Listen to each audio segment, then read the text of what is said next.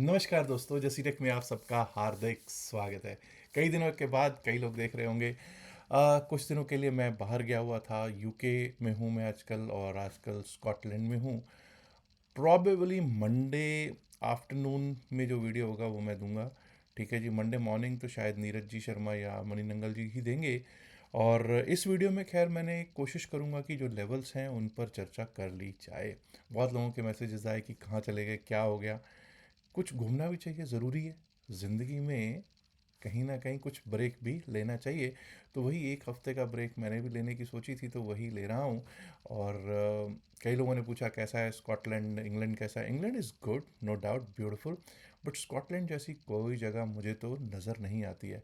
कई लोगों ने ये भी कहा है साहब वीडियोस दे दीजिएगा प्लीज़, जो वीडियोस हैं वो ज़रूर पोस्ट कीजिएगा।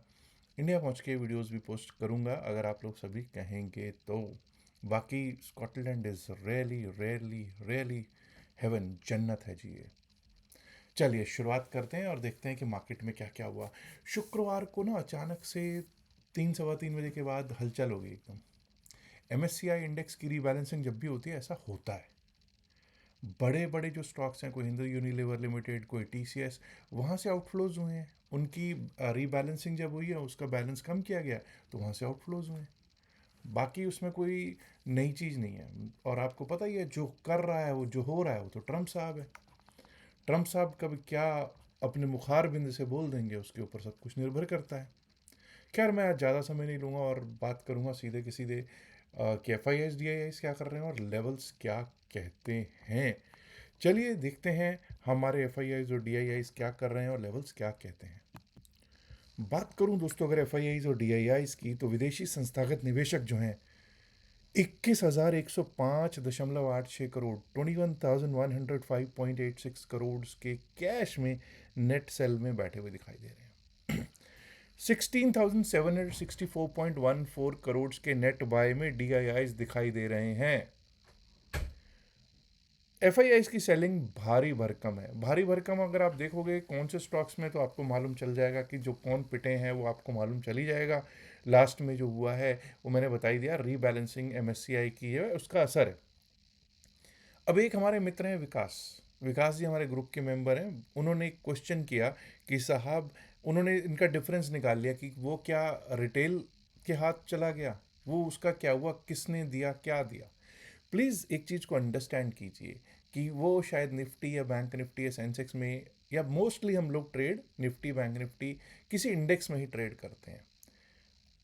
यहाँ पर D I I F I आई सिर्फ इंडेक्स के स्टॉक्स को ही बाय या सेल नहीं करते। मार्केट में लगभग 6 से 7 हज़ार स्टॉक्स हैं। उनमें से कौन से स्टॉक्स में उन्होंने बाय किया, कौन से में सेल किया, वो पकड़ पाना कोई बहुत आसान बात नहीं है। तो ये कहना कि साहब ये 4,000 करोड़ का इसको चला गया उसको चला गया, नहीं, जो भी उन्होंने डिफरेंस निकाला था वो नहीं होता। हो सकता है कि एफ आई आईज कहीं और सेल कर रहे हो, डी आई आईज कहीं और बाय कर रहे हो, या फिर जो एफ आई आई सेल कर रहे हो वो डी आई आईज बाय कर रहे हो, या फिर हो सकता है कि भाई जो रिटेल के हाथ ही सब कुछ थमा दिया गया हो। पिछले अगर कुछ समय से देखेंगे तो एस आई पी वाले जो लोग हैं ना, एस आई पी जिन्होंने कर रखी है, वो भी परेशानी है कि भाई ये 24,000 की तरफ मार्केट जाता है, वो थोड़े ग्रीन में आते हैं, उसके बाद फिर पता नहीं क्या हो जाता है। बट घबराइए नहीं, मार्केट है, मार्केट में ऐसा होता ही रहता है। अब मैंने डेली रिपोर्ट्स में गया था, लेकिन मुझे नहीं लगता, मुझे लगता है शायद एक्सेस बंद कर रखा है एनएससी ने। डेली रिपोर्ट्स का एक्सेस इंडिया के बाहर या तो बंद होगा, क्योंकि मैंने यूके में भी इंग्लैंड में भी ट्राई किया था, तब भी वो नहीं खुला था। बात कर लेते हैं निफ्टी 50 की। निफ्टी 50 आपका 360 पॉइंट नीचे, 1.5% नीचे क्लोजिंग दिया फ्राइडे वाले दिन। देखिए दोस्तों, 23,730। अब मैंने एक लेवल लिया, क्यों लिया है, इसका कारण क्या है। 23,730 पे ही अगर आप देखोगे काफ़ी देर तक उसने सपोर्ट लेने की कोशिश की, टिकने की कोशिश की, और वहीं से जो खेला हुआ ना वो वहीं से हुआ। तो वही फिर से मेरा 23,730 का लेवल है। वैसे तो आपको मालूम चल ही गया होगा कि सेल ऑन बाउंस मार्केट क्या होती है। सेल ऑन बाउंस डेमास क्यों इंपॉर्टेंट है वो भी आपको मालूम चल गया होगा। जिन लोगों ने पढ़ा है, जिन लोगों ने सीखा है, उनको मालूम होगा कि ये सेल ऑन बाउंस की मार्केट क्या होती है और डेमास कितने इंपॉर्टेंट हैं। एनीवेज 23,730 के ऊपर अगर चलने लगेंगे, टिकने लगेंगे, तभी अपसाइड के बारे में सोचेंगे। उसके ऊपर लेवल आ सकता है 23,785, 23,785 का।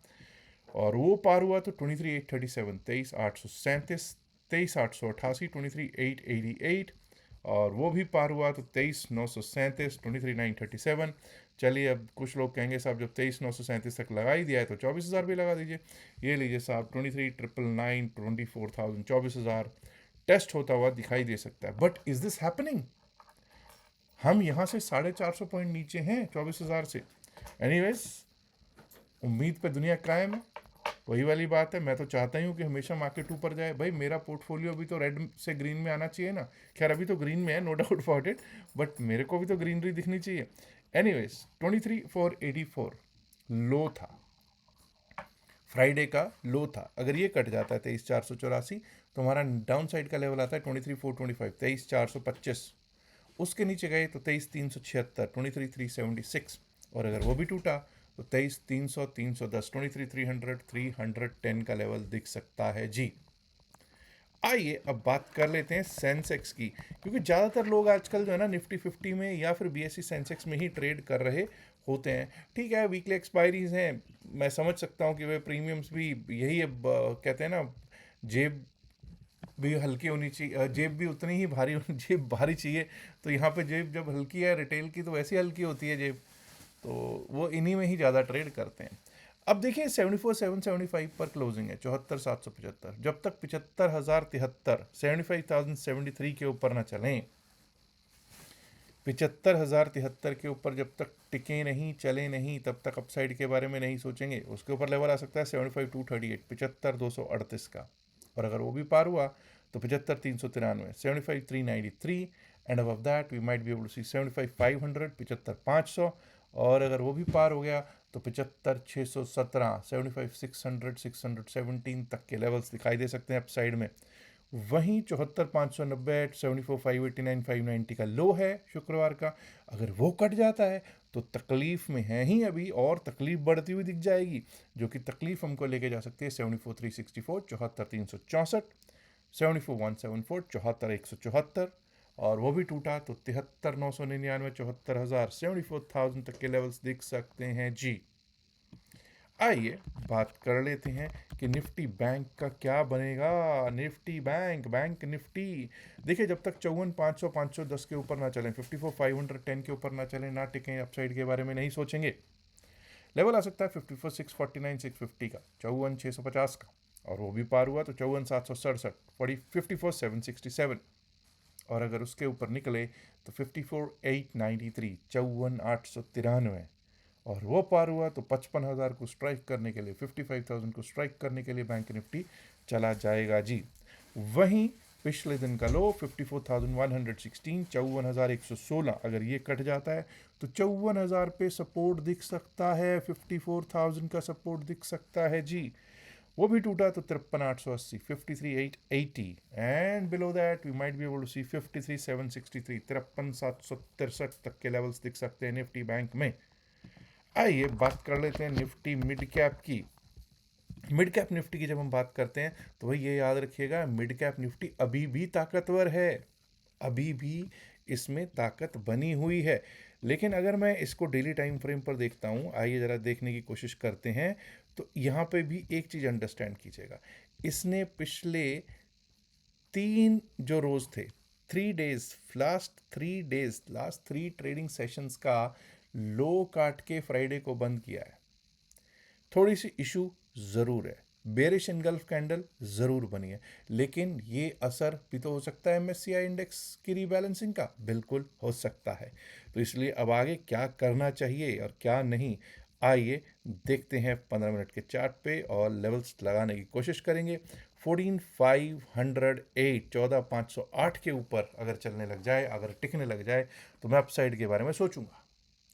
14,550, 14,550, 14,602, 14,602, 14,655, 14,655 और 14,707, 14,707 लेवल्स देख सकते हैं निफ्टी मिड कैप में। वहीं अगर 14,428 टूट जाता है, which is the low of Friday, अगर वो टूटा तो दिक्कत शुरू। 14,381, 14,381 दिख सकता है। 14,381 के नीचे गए तो 14,350, 14,350। और अगर वो भी टूट गया तो 14,312, 14,312, 311 का लेवल दिख सकता है जी। आइए फिर निफ्टी पर भी कर लेते हैं चर्चा। निफ्टी फाइनेंशियल सर्विसेज इंडेक्स की जब हम बात करते हैं तो 25,354 पर क्लोजिंग, 25,521 के ऊपर ही अपसाइड के बारे में सोचेंगे। 25,521 के ऊपर चलेंगे टिकेंगे तभी अपसाइड के बारे में सोचेंगे। 25,581, 25,581, 25,581 के ऊपर गए तो 25,645, 25,645 and above that we might be able to see 25,696, 25,696, 25,700। वहीं अगर 25,288 जो पिछले दिन का लो है अगर वो टूट जाता है तो डाउन साइड के बारे में सोचना शुरू कर देंगे। 25,221 दिख सकता है जी, उसके नीचे 25,221 और उसके नीचे गए तो 25,164, 25,164 and below that we might be able to see 25,110 तक के लेवल्स निफ्टी फिन सर्विस में दिखाई दे सकते हैं जी। और इस पूरा वीक क्या पिछले 15 दिन में अगर हम देखेंगे तो बस कहते थे अब डील हुई, अब डील हुई।